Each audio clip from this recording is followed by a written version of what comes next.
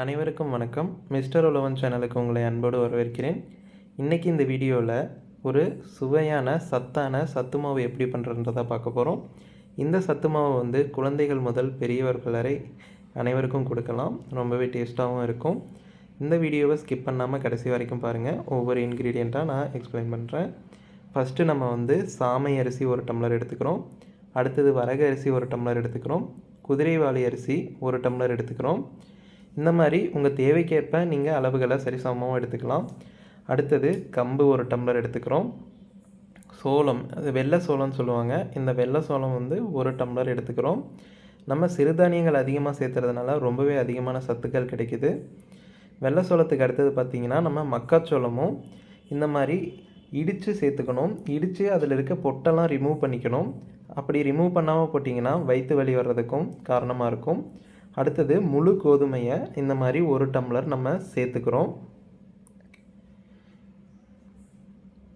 அடுத்தது பார்த்திங்கன்னா நம்ம பார்லி அரிசியில் ரொம்பவே அதிகப்படியான சத்துக்கள் இருக்குது. பார்லி அரிசியும் இந்த மாதிரி 1 டம்ளர் அளவுக்கு நம்ம சேர்த்துக்கலாம். தானியங்கள்லாம் சேர்த்துறதுனால நம்மளுக்கு கார்போஹைட்ரேட்ஸும் ஸ்டார்ச்சும் அதிகமாக கிடைக்குது. அடுத்தது பார்த்திங்கன்னா நம்ம இந்த மாதிரி ஜவ்வரிசி 1 கைப்பிடி அளவுக்கு சேர்த்திக்கிறோம். ஜவ்வரிசி பார்த்திங்கன்னா கன்சிஸ்டன்சி நல்லா வர்றதுக்கும் டேஸ்ட்டுக்காகவும் சேர்த்திக்கிறோம். அடுத்தது பார்த்திங்கன்னா ராகி இந்த முழு ராகியை நாங்கள் வாங்கி சேர்த்திருக்கோம். அதுவும் 1 டம்ளர் சேர்த்துக்கிறோம். ராகியில் பார்த்திங்கன்னா இரும்பு சத்துக்கள், கால்சியம் சத்து அதிகமாகவே இருக்குது. அடுத்தது கருப்பு கவுனி அரிசி. இந்த கருப்பு கவுனி அரிசி சூப்பர் மார்க்கெட்லலாம் கிடைக்கும். அதுவும் இந்த மாதிரி 1 டம்ளரில் சேர்த்துக்கிறோம். அடுத்தது கசகசா குளிர்ச்சிக்காக நம்ம 1 கைப்பிடி அளவு சேர்த்துக்கிறோம். அடுத்தது மாப்பிள்ளை சம்பா அரிசி. இந்த மாதிரி கருப்பு கவுனி அரிசி, மாப்பிள்ளை சம்பா அரிசியெல்லாம் ரொம்பவே சத்துக்கள் நிறைந்தது. வைட்டமின்ஸ் அதிகமாக இருக்குது. இரும்பு சத்தும் அதில் அதிகமாகவே இருக்குது. நம்ம இந்த சத்து மாவில் நிறைய சிறுதானியங்களும் இந்த மாதிரி சத்து நிறைந்த பொருட்களும் சரிவிகிதமாக சேர்த்துறோம். அதனால் உங்கள் குழந்தைகளுக்கும் உங்களுக்கும் தேவையான சத்துக்கள் எல்லாமே கிடைக்கும். அடுத்தது பார்த்திங்கன்னா எள் இந்த மாதிரி கொஞ்சமாக நம்ம சேர்த்துறோம். இது எண்ணெய் வித்து. அடுத்தது கொஞ்சம் ஜீரகம் சேர்த்துக்கிறோம். ஜீரகம் செரிமானத்தை இம்ப்ரூவ் பண்ணும். அடுத்தது பார்த்திங்கன்னா கொஞ்சம் தேவையான அளவு வெந்தயம் சேர்த்துக்கிறோம். வெந்தயம் பார்த்திங்கன்னா உடம்புக்கு ரொம்பவே குளிர்ச்சி. அடுத்தது மிளகு கொஞ்சம் காரத்துக்காக நம்ம சேர்த்துக்கிறோம். இந்த மாதிரி எல்லாமே சேர்த்ததுக்கப்புறம் எப்படி இருக்குன்னு பாருங்கள்.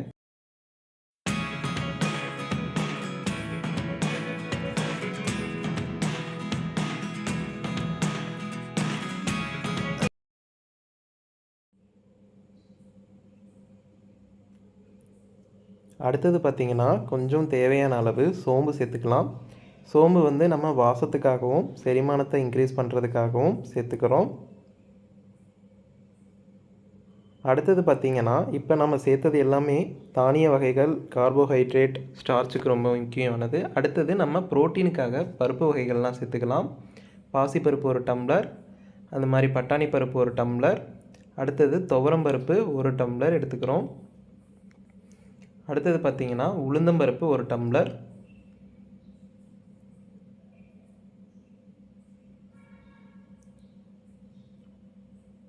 அடுத்தது கருப்பு சுண்டல். முடிஞ்ச அளவுக்கு கருப்பு சுண்டல் சேர்த்துக்குங்க, அதில் தான் சத்துக்கள் அதிகமாக இருக்குது. அடுத்தது பார்த்திங்கன்னா கொள்ளுப்பருப்பு 1 டம்ளர் அளவுக்கு எடுத்துக்கிறோம். அடுத்தது பார்த்திங்கன்னா நம்ம காராமணி பயிரும் இந்த மாதிரி ஓரளவுக்கு நம்ம 1/2 டம்ளர் எடுத்துக்கிறோம். 1/2 டம்ளர் எடுத்து ஆட் பண்ணிக்கலாம். அடுத்ததாக நம்ம வீட்டில் சமையலுக்கு செய்யக்கூடிய புழுங்கல் அரிசி 1 டம்ளர், அவல் 1 டம்ளர், பாதாம் பருப்பு, முந்திரி பருப்பு தேவையான அளவு எடுத்து கலந்துக்கிறோம். இந்த மாதிரி எல்லா பொருட்களையும் கலந்ததுக்கப்புறம் நம்மளுக்கு எப்படி இருக்குன்னு பாருங்கள். அடுத்ததாக நாங்கள் என்ன பண்ணிக்கிறோன்னு பார்த்தீங்கன்னா, ஒரு சின்ன சல்லடை எடுத்து சின்ன தானியங்களாக இருக்கிறத தனித்தனியாகவும் பெரிய தானியங்களை தனித்தனியாகவும் பிரித்து எடுத்துக்கிறோம். நீங்கள் முன்னாடியே சின்ன தானியங்களை தனியாக ஆட் பண்ணுறதுனாலும் பண்ணிக்கலாம், அது உங்கள் விருப்பம். அடுத்ததாக இந்த மாதிரி சின்னதாக இருக்க தானியங்களை தனியாக போட்டு வறுத்து எடுத்துக்க போகிறோம். நம்ம சின்ன தானியங்களையும் பெரிய தானியங்களையும் தனித்தனியாக வறுத்து எடுத்துக்கணும். ஒன்றா போட்டு வறுத்து எடுத்திங்கன்னா உங்களுக்கு சரியாக வறுபடாமல் போகும்.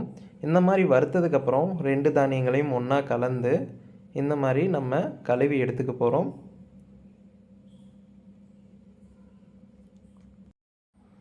இந்த மாதிரி ஒரு 2லிருந்து 3 முறை நம்ம அலசி எடுத்துக்கலாம்.